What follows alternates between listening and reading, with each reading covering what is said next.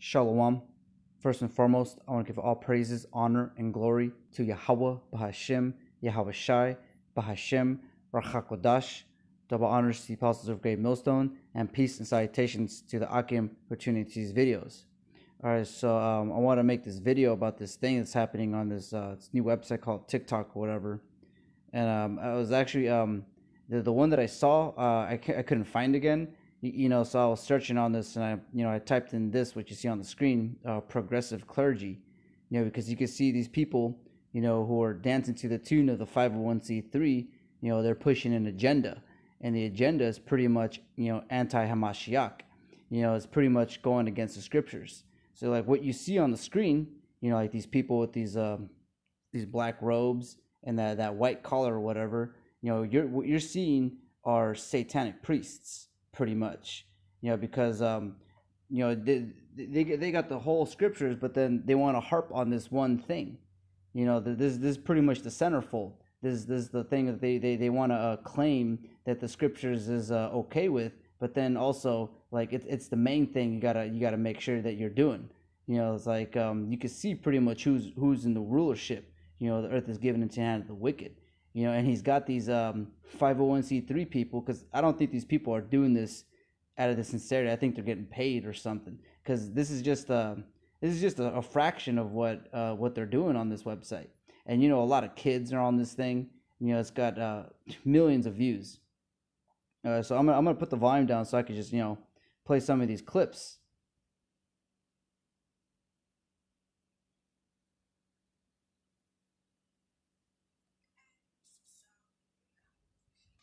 So he says, is it a sin to, be a what? And it says, but that comment is, I can't read it fast. But you pretty much get the gist of what these guys are about. Like this one right here says, to stop twisting the religion, to justify being, these things. But then it's the other way around. Is these people are twisting, the words of the scriptures to justify their acts because their deeds are evil. And I got scriptures to cut this. They say pretty much that it's not a sin. And then if you can pause it right there, that comment that he has, the Lil Nas X video. I'm gonna wait till he gets back to it.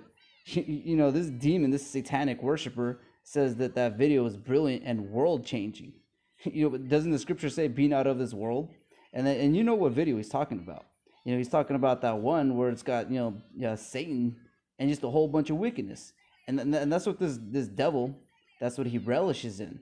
You can see he's got no beard on his face, and just look at the skin color. You could pretty much see that this is the devil that the Bible speaks of. Because he goes around toting that he's the the image of holiness. He's holier than thou. But like it says in Job 9:24, the earth is given into the hand of the wicked, and he covereth the faces of the judges thereof. Because really, as a man of the Lord of Yahweh Hashem Yahweh Shai, we're supposed to eschew evil and practice these things. Yeah, you got pretty much on the left-hand side that's currently in charge of the world, and this is how they're doing it. They're pretty much saying that the scriptures is faulty. Yes, so he's thinking, oh, there's precepts, about being anti this, and he's, being funny, that there's none, where the scriptures is everywhere. This guy's obviously, like, he knows, because you got to know the truth to tell a lie. And then, I'm not going to get to it, because you can see, it's just the tip of the iceberg, because when I'm seeing this, I actually get enraged, and I think of precepts. All right, so the first precept I had is Isaiah 3, verse 9, says, "The show of their countenance doth witness against them, and they declare their sin as Sodom." So pretty much that's the end-all, be-all of what these people in this world are about. Pretty much they're okay with sodomy. If anything, this whole world, is pretty much, in a dark place. I hear coworkers like, what does it matter if two consenting adults are in their house and they're not hurting anybody? It's not about hurting people. It's about the sin of sodomy. And probably this video is gonna get taken down, but just goes to show you that, I could say that Abraham Lincoln was 4'5". That's a lie, obviously. But that's not a problem. That doesn't go against the satanic wicked world. But when you show the light, when you bring out the scriptures and you cut the spirit because of the spiritual warfare that we're in, they're hurt, and that's why they react the way they do. That's why they got these people dancing in front of your kids on the TikTok app. So it says, the show of their countenance doth witness against them, and they declare their sin as Sodom. They hide it not. So they're not even trying. You can see everything on the TV to the music. It's full of wickedness, and they're not trying to hide it. They relish in it. And then continuing on, it says, woe unto their soul, for they have rewarded evil unto themselves. That's exactly right, because they're pretty much cutting out of the scriptures. Yahweh Shai, I believe he says, that you're not supposed to take one dot or one jittle, I forget how you say it, out of the law. And I'm not going to bring out what law I'm speaking about in Leviticus, but everyone should know what I'm speaking about. And they're pretty much trying to cover it up, because they cover the faces of the judges and they cover the ways of righteousness. Because ultimately, if this devil were to continue, he would do away with the scriptures. All right, so another precept I have is John 3, verse 19. It says, and this is the condemnation, that light has come into the world. And this word, when we speak it, it's light. That's why everyone's pretty much astonished when we're out there. We can't hide this light that, when we're preaching, the highways and hedges. I've seen countless times where people come up to us and they're astonished. They're astounded, and they pretty much, they can't compete, because, we actually go into the scriptures. We actually study. We actually read it. Like that one guy, he was trying to pull out a precept, and then he started pointing at nothing. I got 9 precepts, I think, counting the tabs, on how wicked he is. And so it says, and this is the condemnation, that light has come into the world, and men love darkness rather than light. So these people, they're pretty much, they're bought and sold, to the beast system. Whatever this wicked world is, they're gonna do it. And they ain't gonna question it. So continuing on, it says, because their deeds were evil. And then that's exactly right. Just as in the days of Noah, only 4 souls were saved, but then everyone else, drowned, a terrible death. And then we're about to see that again. But then this time it's going to be with thermonuclear missiles, because this place is spiritual Sodom. And the way that Sodom went out is the same way Babylon is going to go out. Because you can just see it. I'm not going to go back to it, because you see enough of it. It's too much. Like there's a point in time where you got to step back and realize what's going on in front of you.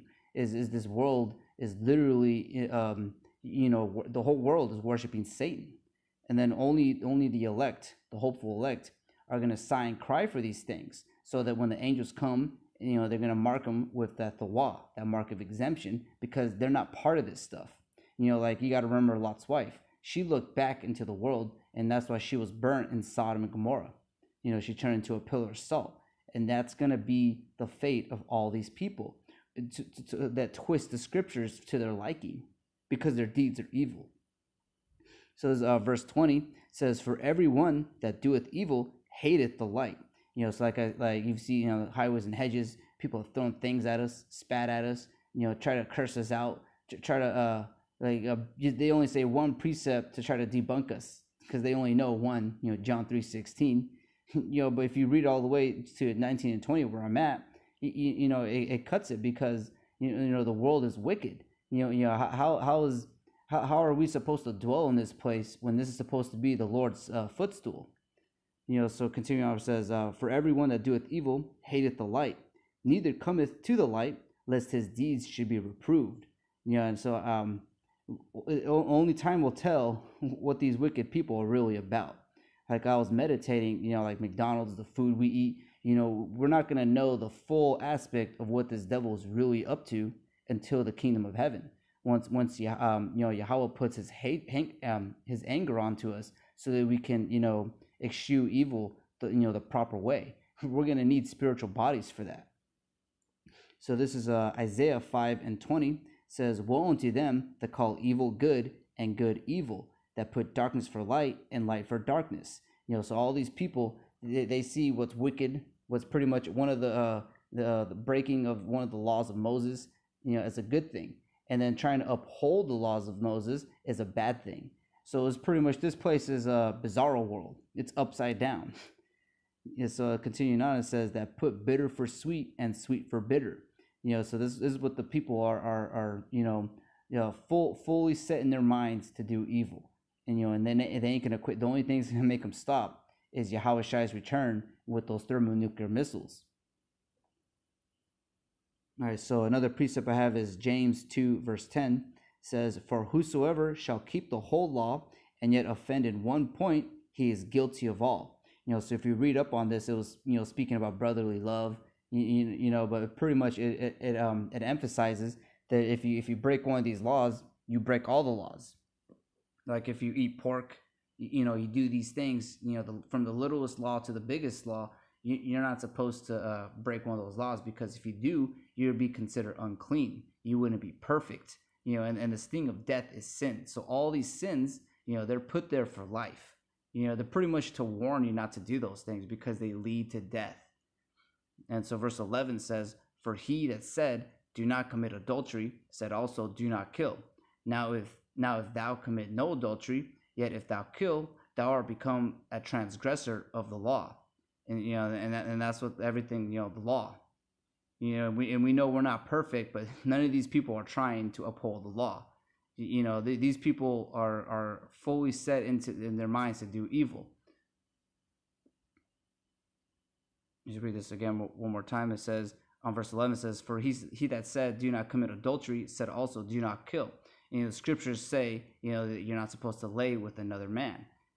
So if these guys are pretty much, they got that vibration of, oh, you can't hate. You can't hate an alphabet person, because that means you break all the laws. But then that don't make any sense, because you're supposed to hate these wicked people. Yahweh counts these people as their enemy. So these people are pretty much, up to no good, and they're trying to justify it, but it ain't gonna happen, because this word is faithful and true. And when it's going out, and it is, it's breaking strongholds.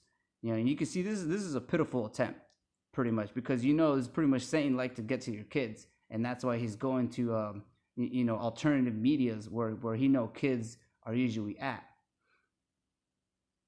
All right, so a few more precepts. This is Proverbs 28 verse 9 says, "He that turneth away his ear from hearing the law," and I ain't gonna bring up the law because I don't want to get this video taken down, for certain code words, misinformation, or teaching hate, or whatever this devil has to say, so be it. His time is almost up anyways. It says, "He that turneth away his ear from hearing the law, even his prayer shall be an abomination." And I already know these guys don't pray, and if they do, they pray for wickedness. So these guys, they're just an abomination. They're profane. They're outside of the temple. They're literally filthy. And you can see why Yahweh Shai has to come back and set the standard, because this type of life, or I would say this type of wickedness, that leads to death. The sting of sin is death. It spreads. It's like a grape bay tree. It's spread out, and pretty much we have to root it out. And that's why when we become those hunters, Lord willing, we're of that number. That's one of the things that we're gonna do, is we're gonna root out the confusion of Babylon out of all these nations. And Esau, he can't. He is the root of the problem, and that's why after 1,000 years he's gonna get exterminated. All right, so a few more precepts. This is Ecclesiasticus, also known as Sirach 21 verse 11. It says, "He that keepeth the law of the Lord getteth the understanding thereof, and the perfection of the fear of the Lord is wisdom." And that's the beginning of knowledge, the fear of the Lord. So if you fear the Lord, you would walk on that tightrope. You would walk on that straight and narrow, because if you went opposite, if you didn't try, at least, that the Lord is going to jack you up, because the sting of death is sin. So why would you relish in sin if you know it leads to death?